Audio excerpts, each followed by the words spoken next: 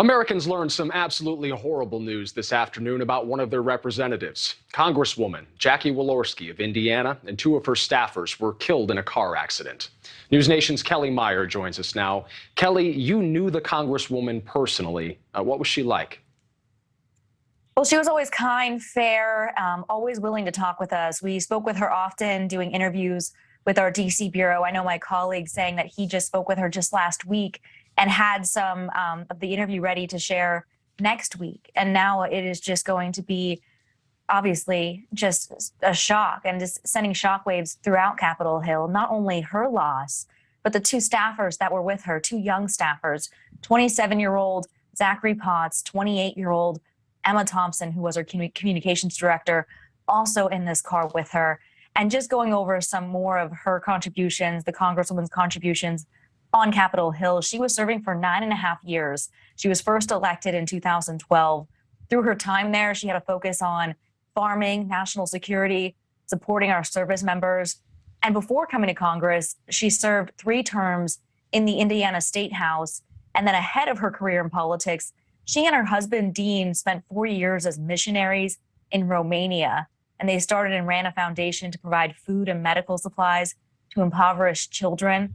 And then before that, she was also, like us, a journalist, a television news reporter in South Bend. All night, there has been reaction and thoughts and prayers coming in from Washington. We heard from President Biden saying, quote, "We may have represented different parties and disagreed on many issues, but she was respected by members of both parties." He went on to say, quote, "We send our deepest condolences to her husband, Dean, to the families of her staff members, Zachary Potts and Emma Thompson, who lost their lives in public service, and to the people of Indiana's 2nd District, who lost a representative who was one of their own."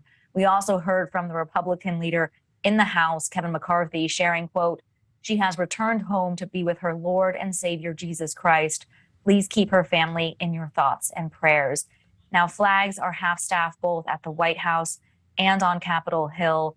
They will remain that way as we continue to hear from lawmakers, those in Washington that worked with her, and just people from across the country sharing their thoughts tonight, Paul.